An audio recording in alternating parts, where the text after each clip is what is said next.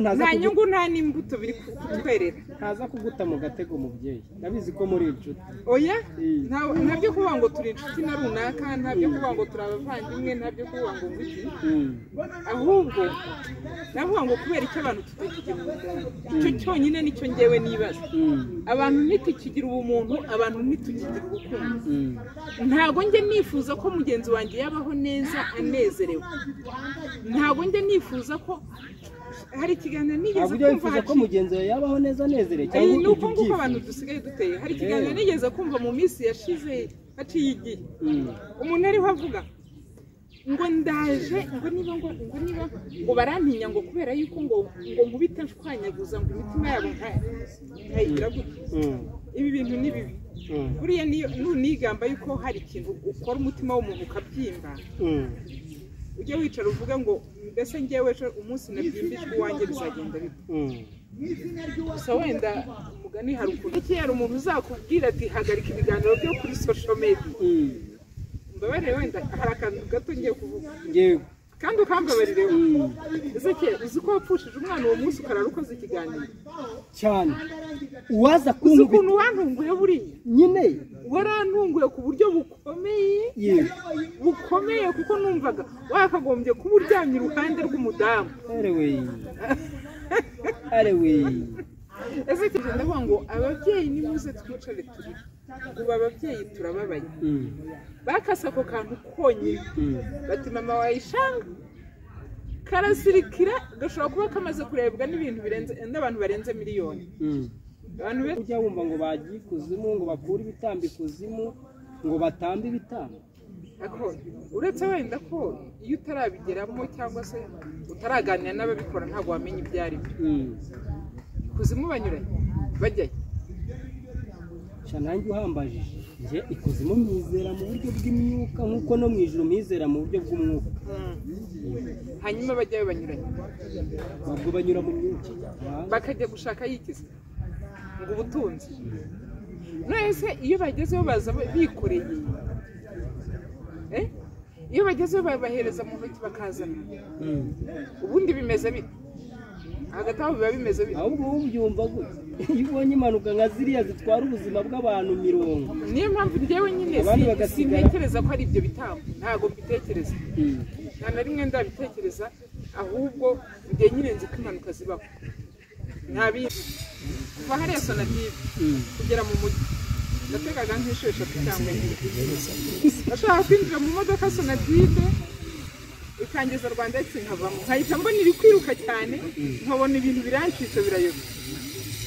Rwanda Express nkategera indi modoka ikanjyana ikangeza nk'igikondo, cyangwa ikangeza mu Kanogo. Najya mu Kanogo nkavamo, nkavuga ati shofe ndahagarara ngasigara, ngatega indi ikanjyana yangeza peyaje nkavamo, nkava peyaje nkazamuka nkagera City Plaza n'amaguru. Kubera nari narahabutse namaze nk'amezi nk'atandatu kugenda mu modoka ari ikibazo. Cyakora imodoka ya prive itari integano nyine. Iyo nayinjiragamo ubwo twaga dufite ukuntu turi kugenda tudiringa, nabubwe ntitwara gake tugenda gake. Urugo ni rwiza kandi wabishatse rwahinduka ijuru rito. Amen. Ari umugabo yabigiramo uruhare, ari umugore yabigiramo uruhare, urugo rugakunda. Urugo ni umugisha, kuko iyo rwabonye n'umugisha rubona abana ari bo mugisha uturuka ku bakundanye.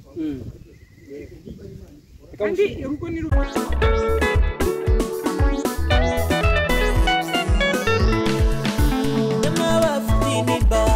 ibibazo bigoye cyo ngaho nimutuze dore umukiza araje. Nimwibuke Eliya munsi y'umurotemu isabira gupfa azira mutabara. Dawidi wari umushumba nimuhindura umwami, kuri bene se bose nimuha icyubahiro. Haleluya niyo nkingi imbaraga, dore iyo ntirubasha kanije gutabara.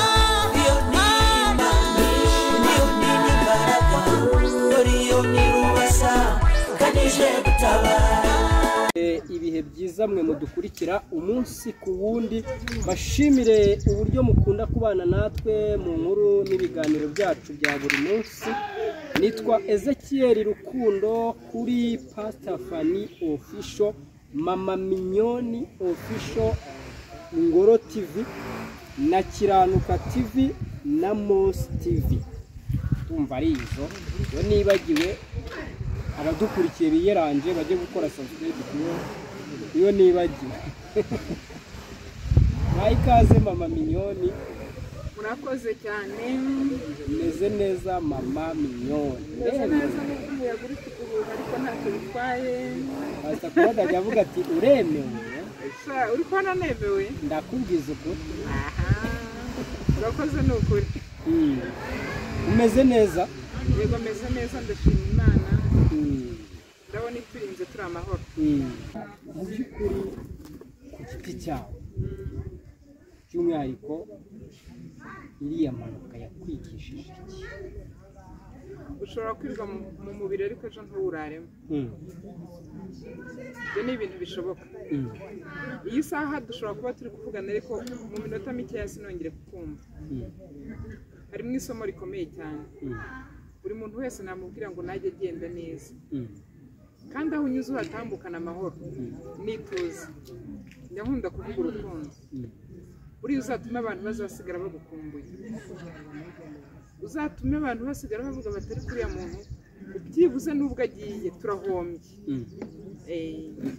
aho kugira ngo uzagende uri ruvumwa. Kuko hari umuntu uva kuri iyi si akagenda ari ruvumwa, bakavuga bati ubwo se nawe yapfa. Buriya ntuzifuze ko abantu bavuga ngo nawe se byamugeraho. Impamvu abantu bavuga ngo nawe yapfa ni uko hari abantu n'ubundi ubwo yari abangamiye, ariko iyo abantu bari kurira nka kuri bakavuga ngo mana we ibi ni iki, ibi ni iki, ni iki, uyu muntu yari ingirakamaro ku muryango. Hari isomo byanyigishije bihita binyibutsa ko hariya nanone hari ikindi gihe byigeze kuhaba. Umubyeyi ajugunya umwana hanze. Bimaze kuba kabiri. Bimaze kuba kabiri muri kariya gace. Iki kintu sinzi niba abandi bantu baragitekerejeho nk'uko nagitekerejeho. Naravuze ngo ese ababyeyi batinye kugendana abana babo mu modoka kuri iyi? Ese umubyeyi nagendana n'umwana we azajya avuga ati nimparenga ntapfuye araba ari umugisha? Kubera ko inshuro ebyiri utwana tucishwa mu idirishya tukarokoka ba nyina bakahasigara bakagenda. Hariya hari ikintu biba bivuze. Abasanga ahubwo nibasenge cyane banahasengere bazabikubwira. Ni umubyeyi watabarutse ariko abantu bari kumupostinga cyane, bamuherekeza n'amakomenti cyangwa se amagambo meza, aho ngo nubwo upfuye ariko uri intwari. Yego, kuba waragize igitekerezo cyo gufata umwana ukamucisha mu isi, cyo bati sinifuza gupfana n'umwana. Sinzi uzamutoragura, sinzi uzagira ute. Uri kwibaza ariko icyo kintu uyu mubyeyi yabajyanye. Ntabwo nzi uzamutoragura, sinzi uzamurera, ariko azabaho. Siga imbuto imusozi. Ariko iyo bapfana bari kujya bavuga bati n'ubundi ntiyavutse byari kuzarangira gutya. Ariko ni intwari cyane. Ni intwari n'umugabo wahaherereye, yihangane kandi akomere, ariko yari yarashatse intwarikazi. Kuri aba bakobwa baterwa inda zitateganyijwe, bagafata umwanzuro wo kuzikuramo, cyangwa se banabyara abana, rimwe na rimwe twagiye twumva impfu z'utwana, ugasanga umukobwa yabyaye umwana akamwica agataha ahantu muri Kiberi, hariya Kimisagara byigeze kuba, nta nubwo ari kera, ni vuba aha ngaha rwose. Bo nta somo bashobora gukura kuri uriya mubyeyi nubwo atabarutse. Ibi ngibi iyo mbivuze mpita ntangira kuvuga ngo abantu nitwongere tugaruke no ku mucereke, tugaruke ku muco. Iyo uvuze ngo abakobwa babyara inda zitateganijwe, n'abadamu barahari birirwa bakuramo amata.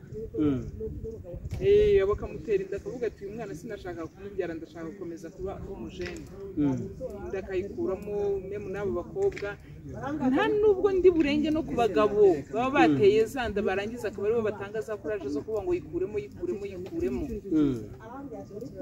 aba bantu nta bumuntu bafite ntizandinde kuyitera ngo mbwire uwo nayiteye ngo tuyikuremo niba hari ikintu abantu batazi umwana araryoha ushobora kumubyara utabishakaga ariko iyo amaze kuba mukuru nibwo uhita uvuga uti wa mwana we warakoze ndagushimiye iyo umwana atangiye no kugera kuri rwa rwego ushobora kumubwira uti nzanira ikiyiko cyangwa nzanira igikombe ngo ndakubwiye ngo uyu mubyeyi asigara yishimye akavuga ati umwana wanjye rero kuri uyu munsi nabwira umuntu utazi agaciro k'umwana ngo akari kera hari umunsi yabyicuza hari abonzi akagira gutya agakora ikosa ryo gukuramo inda bikarangira nta n'undi mwana abyaye rero Imana idufashe kandi idutabare ibabarire n'abantu bagira bene uwo mutima uyu ni umutima ugaragaza ko nta bumuntu dufite uyu ni umutima ugaragaza ko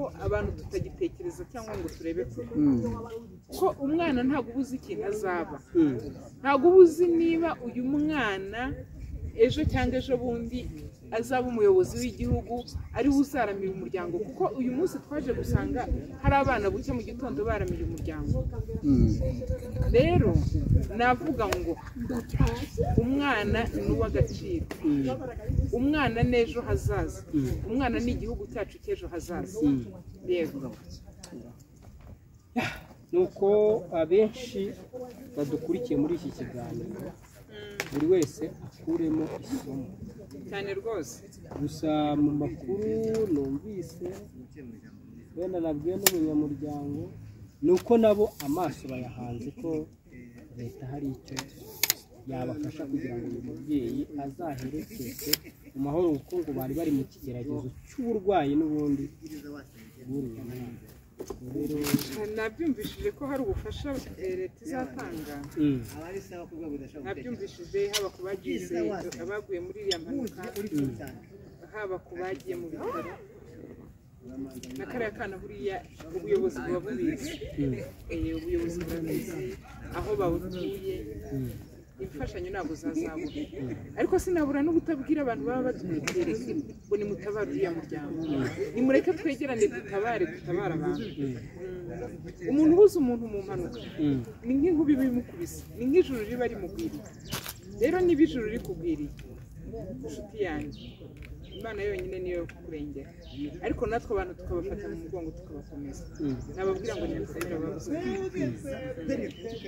duse nk'abakomeza aho ngaho duse nk'abaharenga dukomereze ku ntego yacu y'ikiganiro cy'uyu munsi ariko by'umwihariko nanjye mboneyeho kwihanganisha ababuriye ababo muri iriya mpanuka abarembeye kwa muganga situwasiyo yose buri muntu wese wari uri muri iriya modoka yisanzemo cyangwa umunyamuryango we yisanzemo ihangane kore sana iyo turi mu isi tuba dufashije mu ntambara niko Bibiliya ivuga kandi hapfa uwavutse yavutse hapfa umuntu wabayeho hapfa umuntu wonse ibere ry'umudamu kuko Theo yararirimbye avuga ngo uwabyawe n'umugore arama igihe gito yego ni ukuri abaminyona benshi bari bagize ubwoba bwo gutega imodoka by'umwihariko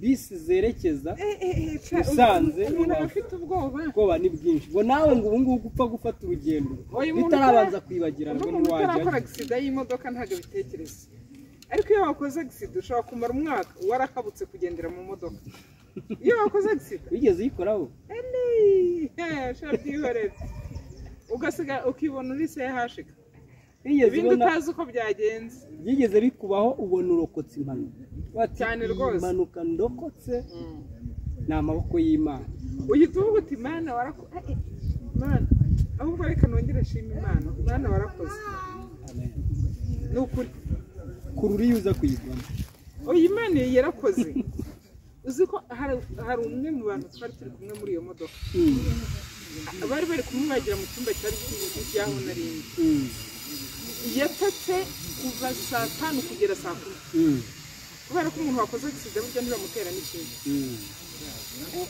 navuze ati wamana wuzura neza bugacya bukira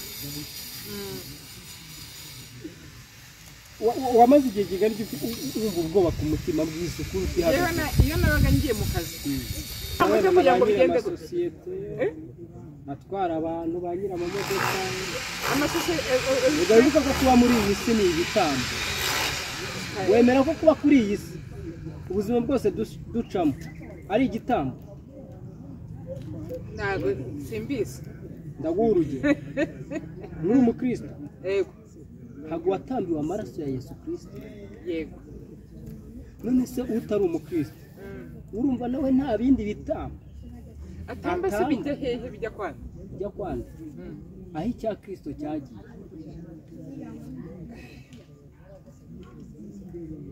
agatamba abantu none se Imana yo ntiyatambye Yesu se ntiyari umuntu se umwana wayo yari umwana wayo yego why not umuntu we atatamba ibitambo ntabwo reka turenga aho ngaho twikomereze ndi kubona hagati bamwe bari mu marira y'ababo twaburiye mu mpanuka abandi nabo bari kuvuga ati nk'umunyarwanda muzima ukwiriye kwifata ukavuga ngo ariko nareba nkabona ikiganiro nkabona buriya ururimi rujya rutwoshya sinzi ababyeyi noneho aho mugeze muragenda rwose bigaragara ko tugenda turita n'umuco nyarwanda ibintu wabyakiriye gute mama mwiza ndetse ko icyo kiganiro ntacyo nakurikiye nze mbanze ngishyire cyangwa mu busesenguzi bw'abantu bakunda gukora hano ku mbuga nkoranyambaga gushingirwa ku by'umuntu aba yivugiye we bwite batashobora kubivuga abantu bakabyumva nabi cyangwa bakabisesengura baganisha ku ngingo y'uko batumye y'uburyo babona icyo uyu muntu yashatse kuvuga uyu mubyeyi si we wivugiye yuko yagiye gushaka hanyuma se yigeze asoza avuga ko muganga yayimukuyemo hari aho asoza bivuga ko bayimukuyemo none si ushoje utavuga ko bayigukuyemo ariko wagiye gushaka muganga ahubwo uvuga ati muganga yangiriye inama ingaruka ashobora kuba nagira nuko birangira ntayikuyemo uyu munsi urumva ndavuga ngo iyo umuntu ababaye ashobora gukora ibishoboka byose umuntu yigeze kuvunika avunikira uri kubona twa tuntu tuba turi ku muhanda hejuru ya rigori hejuru ya rigori kwa kundi basasaho utuntu turiya tumeze nk'amapave umuntu ahatambutse ashyiramo ikirenge kirikuba bloke sima kirikuba nticyavamo kugira ngo bakivanemo biranga kugira ngo bakizamure biranga uyu muntu yari afite ububabare bwo ku rwego rwo hejuru arangije kubera ububabare yari afite atari bubasha guhaguruka aho ngaho atari bubasha kugenda ku buryo abantu bagombye kuza guteruraho kiriya kibroke sima baje haciye n'umwanya ububabare yari afite yaravuga ati nimuteme akaguru mugasigaranemo ariko jyewe ngenda wabyumvishije akubiyemo ikirenge ariko ububabare afite aragira ati nimuteme kano kaguru mugakureho muteme mwive kisigareyo jyewe mbasha kugenda ariko ububabare yari afite kwihanganira ko bakuramo cya kirenge bakagikanda ndetse bakacyambikamo n'isima byasabye yuko batema akaguru kugira ngo areke gukomeza kugira ububabare yari afite bwashoboraga gutuma asaba muganga ariko bagasanga atari byo kuko muri kiriya kiganiro ngenda yagikurikiranye mpaka ku musozo ariko uvuga ngo uzahorana umubabaro ndakizi nkizi kera igihe yagikoreye ntago bayimukuyemo ahubwo kukiwumva iryo jambo rimwe yavugiyemo ati nasabye ko banca ukuguru reka tujyane kuri uyu mubyeyi wari uvunikiye muri iriya botike nasabye numvaga bafata umuhoro bagatema ukuguru kugasigara aho ngaho njyewe nkigendera ariko uyu munsi ukuguru aracyagufite kuko bateruyeho isima bateruyeho cya kiboroke sima ukuguru barakujyana baragukanda bamwambika na cya gisima nyine baramukotera kugeza ubwo akaguru ke gakira kubera iki tuza twemeza yuko uyu muntu yaciwe akaguru ngo nuko yabwisabye kuki yashakaga kubisaba ariko ntibyakozwe hanyuma se umuntu katwemere yuko itakuwe we kuza kubivugira ku mbuga nkoranyambaga wibuke ko yagombaga kwirengagiza yuko hari abantu bazabibona mu yindi sura ikibazo dufite kugeza kuri iyi saha kuki inshuro nyinshi dufata icyo umuntu yavuze buri gihe tukakigira ndetse tukumva tugomba kucyuririra ubu ngubu mu biganiro nkora hariho igihe umuntu afata agace akagakata kakaganira akaba ariko agenderaho ndabyibuka hari ikiganiro nakoze ku Gasaro TV igihe bari abana b'abakobwa bari babafashe babatwaye noneho ndangije bazi ko ngo ndi mama w'ishanga nshobora no kujya no mu modoka abantu bari bati mama w'ishanga turicaranye kubera iki ijambo rimwe bateruye mu kiganiro cyose bivuga ngo ababyeyi turababaye nahise mpinduka mama w'ishanga uwo munsi aha eka nkoreshe mama w'ishanga bakoresheje uyu munsi rero gufata ikiganiro yakoze ugakuramo akantu kamwe yego akaba ari kuza kwanariza akantu kadafite n'umunota ntekereza ko ako kantu nkurikije uko kumvishije nta n'umunota gafite ibikurikiyeho ntabwo byumvikana kuko ariko konyine yateruye kuko atateruye byibuze nk'akantu k'iminota itanu ahubwo se atari kwicazwa no gusobanurira uvugaga muri icyo kiganiro nganamubwire ati ikiganiro numvise wakoze numvise wavuze yuko nakuyeho muntu w'Imana ntago bayikuyemo ahubwo narindi kuvuga ikigeragezo nari nagezemo ntumva ko yakurwa ariko nigeze ariko amusobanurira kubera izihe mpamvu kandi nawe ikiganiro cyose yacyumvishije agateruramo akantu gatoya gafite amasegonda makeya n'igihe umuntu nk'ubu ngubu nk'ibi ntabwo numvise se nkikumvisha cyose yego wafashe nyine ka gace nawe yateruyemo kuki ariko konyine yahisemo gutoramo nuko ariko ashaka gusesengura kuki se ariko konyine ashaka gusesengura kandi gakurikiwe n'ibindi kandi azi neza yuko uyu muntu yacyumvishije akajya gushotoramo akantu gatoya akaba ariko akuramo kuza gutanga ibisobanuro birakomeye kandi ikindi rwose reka twongere tunabisubiremo uyu mubyeyi yatewe inkota nyinshi cyane z'amagambo mugenda mumubwira aya magambo mumuvugaho atuma babara ibaze ariko guterwa inkota ariwe wabanje kuyitera ntabwo aba yayiteye inshuti yanjye ese kiriya kiganiro ntiwacyumvishira ntukizi yambaye agashati k'umutuku ngo ateze umukara n'umutuku mu mutwe ni ikiganiro kirimo amagambo akomeye yari ateye na emosiyo bitewe n'uburwayi yari arimo yari ababaye ku rwego rwo hejuru icyo gihe ububabare wagira nk'umubyeyi nkawe waza hano ukaza kuri kamera ukavuga ati ngewe narwaye buno burwayi usaba muganga we ku bwawe ntabwo yaje kuri kamera baramusuye wari umusuye yari ari kumuganiriza kandi yamuganirije ari mu bubabare wumve n'ubu ahubwo yari ari kubwira umuntu amuganirira amubwira ubuzima yari arimo ibyamubayeho yarangiza akavuga ati ujye wicara uvuga ko utazahorana n'umubabaro muri icyo kiganiro nzi ko hari ibintu bivuga nk'ibyo rero guterura aka kamwe akantu kamwe muterura mukagahonderaho icyumweru kigashira ntabwo nari nzi ko muri bunakambazeho mugafata akantu kamwe mukagahonderaho umuntu mukamuhondagura ariko buriya reka nkubaze urimo urambaza ko buriya iyo mufashe umuntu mukamuhondagura kuriya iyo wicaye ukabitekereza nawe iyo uryamye wumva uri gusinzira neza nubwo uri wacuruje ariko bamenye utaricara kuri kamera ngo uvuge ikiganiro kiganisha mu isi rya mama ishanga hari akantu kawe bari bakasengura akazengurutse mvuga ngo ababyeyi turababaye se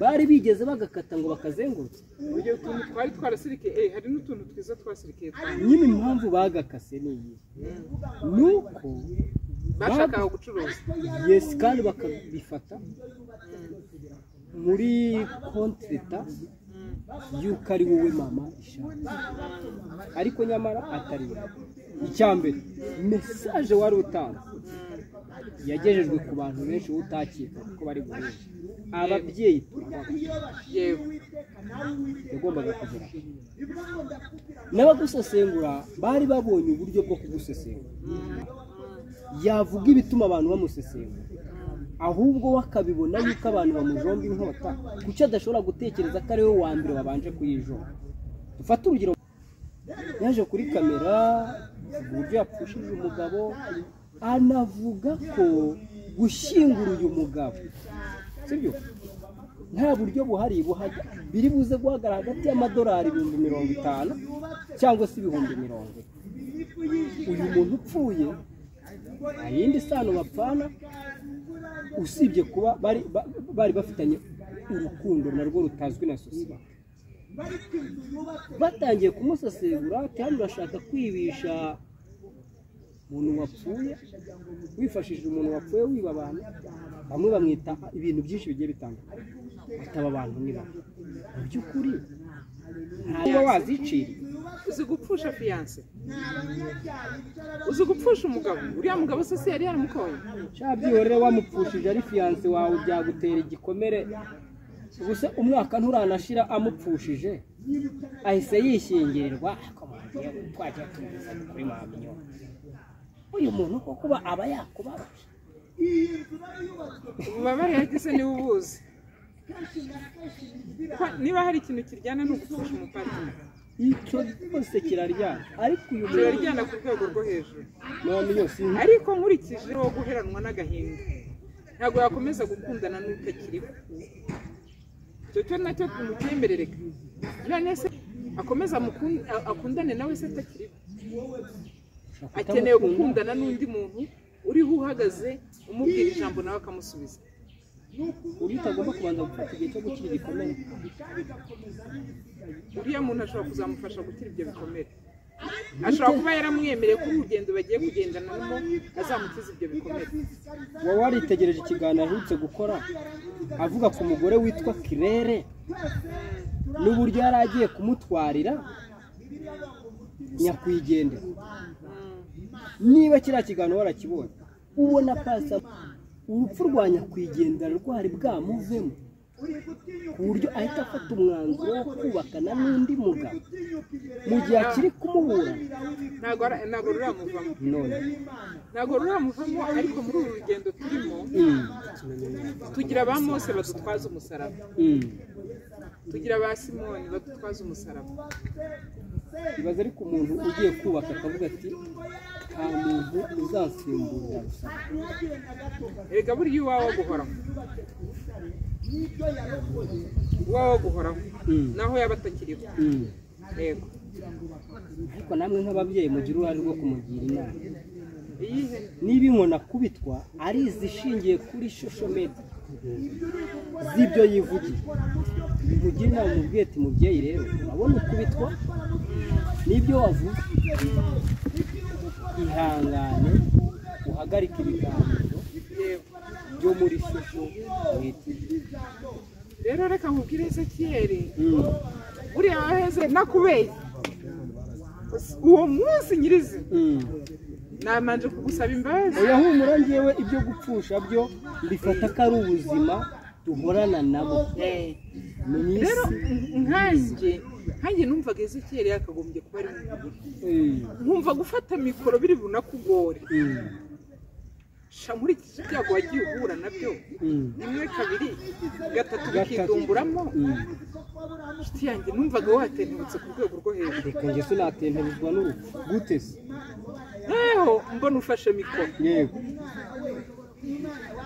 ndavuga ati ibi bintu birakaze none si ibyo navugiye ariyo hariya impamvu mpereye aho ngaho utarihuta gato ibyo navugiyemo hariya biramutse bigarutse uyu munsi bikaba biri gutuma nkubitwa inkoni narenganya uri kuncira imihini yo kunkubita cyangwa ninjye waba warazikubise mbere.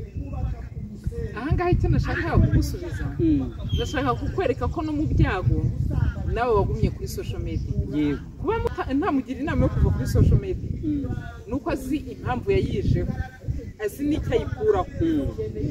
Gusa ikibazo gihari ni ukuntu nyine aterwa amabuye, ariko aho atererwa amabuye kumubwira ngo habe utarahamuzanye waba ushaka iki? Ni kimwe nuko nawe uwo munsi naho yari kuba ari madamu wakakubwira ati uretse gukora ikiganiro ntiwari kumwemerera. Nk'ejo bundi ari kwikorera ikiganiro. Ariko oya urumva ubundi style zigomba no guhinduka. Hari abavuze muri comment atera yashakaga kugaragaza yuko ari kose azamukunda. Oya aho ngaho haje abandi muri comment tuyagiraga agaragaza yuko abamuvuga bose ari imwe. Simbizi impamvu dutegerereza abantu. Izo nkona ariko kubitwa si we wazikururiye, hari uwamubwiye ngo zanine. Oya ibyo ni ukumutekerereza. Banayishyira kuri thumbnail. Waraze ngo ni ukumutekerereza. Njye mba numva ari ukumutekerereza. Gute? Kandi mba numva agiye nta gahunda afite yo kuzatekerereza umuntu. Ariko none rase umuntu azanye imbwa kuri thumbnail. Ayizanye mu kiganiro. Azanye thumbnail. Hari ibintu bishimisha umuntu. Yego. Njye nanjye reka nkubwire ari njyewe. Ubu ejo hari n'umuntu uzakora ikiganiro akikiye agapusi. Muhita mutangira kumwanariza mutuye ikikiye ipusi, barashaka kuvuga ko abana yabyaye ari amapusi. Kuba harimo n'imigenzo. Imigenzo gute? Niwe kutarazana imbwa. Kuko ntayo mfite. Kandi ngenda nayitinya. Ariko umunsi nagize ku rwego nyitinyuka nkanayitunga, ariko wabonye kiriya kivuga ni ikizungu, ni cyiza. Nawe ujya nukuza bagenda n'ibigare mu nzira. Uza kandi umunze ngo nuko uvuze ati kiriya kivuga ni ikivuga cyiza, ni ikizungu, ntacyo kibaye. Icyo ureba abantu bagendana ibivuga hariya mu muhanda ubona uzi ko hari ugiye mpagarara agiye nkabitegereza ukuntu bari kugendana n'ikivuga agikuye kirukanka, ubona ari ibintu byiza nyine. Biriya njye nabonye ni ukuri ko Imana nabonaga ari ibintu umusirimu uzane mwe mu cyane. Ukuri ko Imana ni umusirimu. Ubireba ikivuga kiri kujya guti kizunguza umurizo wabonaga atari cyiza. Ni ukuri ko Imana biriya ni ubusirimu. Hari abazaza babivuga ukundi kandi babivuga rero twebwe reka turengaho tudakoma urusyo cyangwa tugakora hasi tukibutsa abantu gutora amabuye noneho bakamutera ko. Ariko uyu mubyeyi wowe iyo witegereje ubona nta nama akeneye.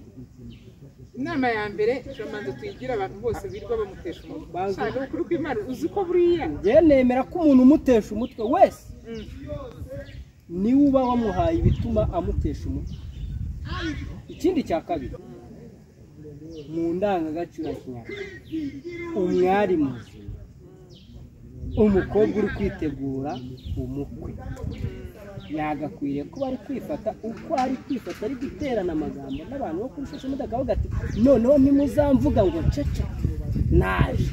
Yagakwiriye kuba arimo arasimbukana n'abantu muri kwe. Reka uyu munsi reka mbabwire sibyo? Njye nibyo njye nicara nkanavuga. Mwese simwita abakozi b'Imana. Njye ntabwo niyita biyita abakozi b'Imana. Umwana w'Imana njye siniyita. Wowe ntabwo uri umukozi w'Imana. Njye sindi umukozi w'Imana. Ariko hari abiyita abakozi b'Imana, hari abiyita abahanuzi. Reka nkubwire abiyita abakozi b'Imana n'abiyita abahanuzi uzi ko hari baraza kuntuka. Nayo ngiye kuvuga ikintu cyari gutuma bantuka cyane. None ushaka kivuge nayo ngiye kuvuga ngo barutwa n'abapagani. Kandi uranabivuze. Nabivuze barutwa n'abapagani. Shabuze umupagani ujya hariya abiyita abakozi b'Imana ikintu cya mbere na mbere muzamukiraho ngo nitunywe inzoga ngo nabonye ngo pastor runaka ngo ari kunywa inzoga. Shahara abapagani b'abana beza bifitiye amahoro yabo, urugero bafite urukundo, bafite umunezero, utajya hariya ngo atuke umuntu, utajya hariya ngo ateshe umuntu umutwe, utajya hariya ngo atume umutima w'umuntu ubyimba, ukabona rwose n'imfura z'u Rwanda zigendera yagera uri kubyumva. Ariko mwebwe mwiyita abakozi b'Imana ngo munywa za ji na za fanta, bari hano kuri social media. Kimwe cyo mbashinja, nta rukundo mugira, nta n'ubumuntu mugira. Iyo muza kuba abantu bagira ubumuntu n'urukundo, mwana kicaye mugakundana namwe hagati yanyu. Kugira ubumuntu ni ugushyigikira amafoto akaba ari gushyamirana n'ababikomatinze, ahubwo wamubwira ukuri kuko ati mwene data ibi bintu niwe wabyivugiye, ahubwo bishakira ubundi bugororangingo. Abakozi b'Imana rero umuntu udakomeye usimbukana n'umuntu utumvikana, n'abahanuzi murya amaturo y'abantu mukavuga ngo muzabashyingira. yegora n'ubu ngubu hari uwaza akarya amaturo yo kuguhanurira umugabo ngo bagushyingire, ntazagire umpanurira, ntazagire umpanurira, ntazagire n'unsengera. Reka nyine aha hantu muri gucuruza abakristo bagenzi banyu, ni abakozi b'Imana mwe murimo muracurumuza abakristo bagenzi banyu, noneho n'abitwa abapagani bakabona nta mbuto muri kwera, mwamaze kwera isenda. Icyo nicyo kibazo dufite. Nukuri ubu nshobora kwicara nkavuga ati ahantu runaka ari bubwirize sindi bwinjireyo, kubera iki yera urusenda imbere y'imbaga nyamwinshi, imbere y'isi. Dore nk'urugero rwabo bitwa ko ari abakozi b'Imana, mwera insenda se, bene isenda ku buryo winjiye mu rusengero ugasanga arimo, ukaba wahita uzingwa amabingo ukigenda. nta zina ndi buvuge, ntaryo. Cyafite kakoba ko gutinya ngo ntitera, rega kuvuga ukuri. Nta zina ry'umuntu ndi buvuge, kubera ko Dejo bashobora kuba barenze na 15, ntabwo natondeka abantu 15 uzabashobora. Ariko haba harimo kiyongozi, umbwiye ngo nimvuge kiyongozi ngo mvuge n'uwanyuma, nabyo sindi bubikore kuko abo hagati naba mbasizemo. vuga perezida wabo, oya ntabwo ndi bumuvuge. hari icyo bitwaye, mwamaze kuba benshi muri guca abantu intege zo gusenga. Uzi ko umuntu wakurikiye social media zanyu ashobora kuvuga ati ubundi buriya kujya mu rusengero n'ibyiki kuko niba mwarabaga mufite imitima itari mu rukundo, mukaya kubwiriza abantu ubundi mwababwirizaga. hangiye ntyora ubundi bababwirizaga, murakubwira ati narabwirizaga kandi inyuma hariya hari abantu ncumbikiye.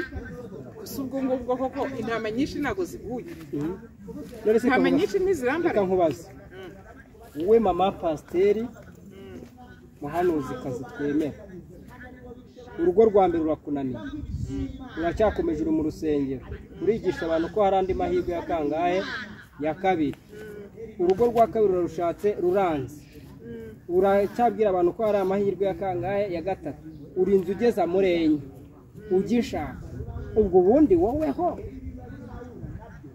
mama minyone yagakwiriye kugera mu rusengero asanga uri kubwiriza akahagura cyangwa yagera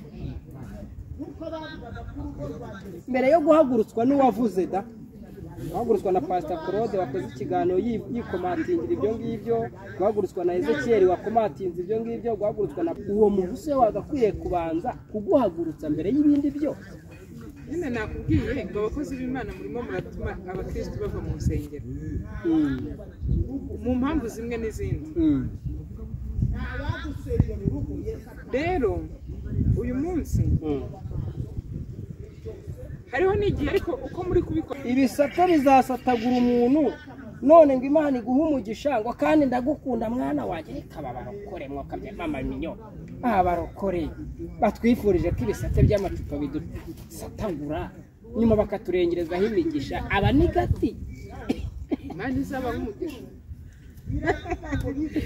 kandi abanabura bemera. Reka umbwire, ndikumva ntashaka gukomeza kuvuga kuri ibi bintu kubera yuko nta ntuzi, ariko abantu mubyungukiramo ntawamenya mu kubabazanya hagati yanyu, ariko Imana iborohereza kandi ikindi ndi burenzeho. Bamenyo nanjye nta kindi nshaka kurenzaho, ibyo tuganiriye birahagije, abantu bikuriremo uruhande rwabo bashakaga kumva nubwo batashakaga kumva, gusa abantu bagukurikire kuri channel yawe. Ni ukuri abantu bagiye kuri Mama Mignone Official bankurikire pe, bumva ukuntu urugo ari rwiza, bumva ukuntu urugo ruryoshye, bumva ukuntu umugabo ari uwo kubahwa, bumva ukuntu umugore ari uwo gukundwa.